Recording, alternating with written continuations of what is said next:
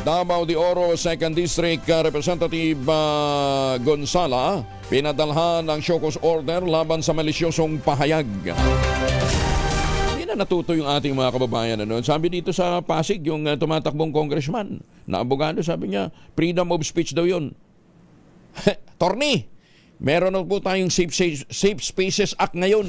Maganda umaga, Pilipinas! Detalye na balita mula sa Action Radio Davao mula kay Jun Soter. May buntag ni mo, Jun.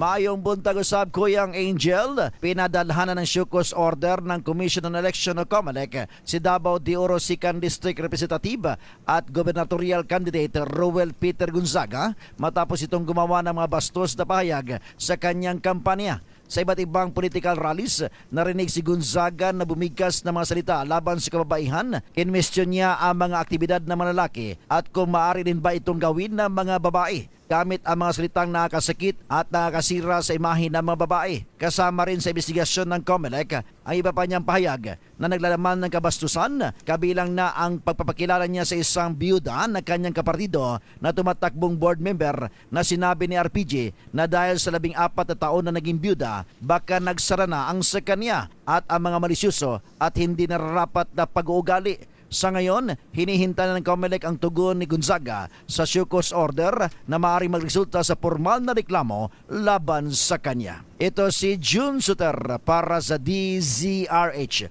Una sa Pilipinas, una sa Pilipino. Daghang salamat, Jun Soter.